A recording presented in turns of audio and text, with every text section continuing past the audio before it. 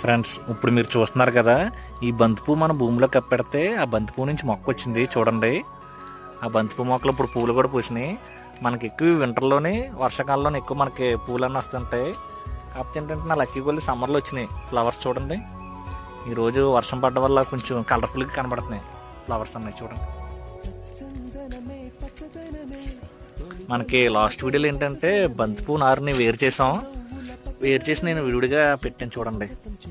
నేను రెండు చొప్పున వేసాను చూడండి. బంతిపూ నారింగు ఎంత బాగుందో.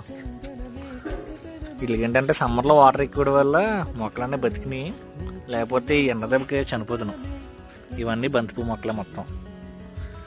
ఫైనల్గా అయితే బంతిపూ అన్నది పూచింది చూడండి. మరిన్ని ఇంట్రెస్టింగ్ వీడియో గురించి మన ఛానల్ని లైక్ చేయండి, అలాగే సబ్స్క్రైబ్ చేయండి ఫ్రెండ్స్. బాయ్.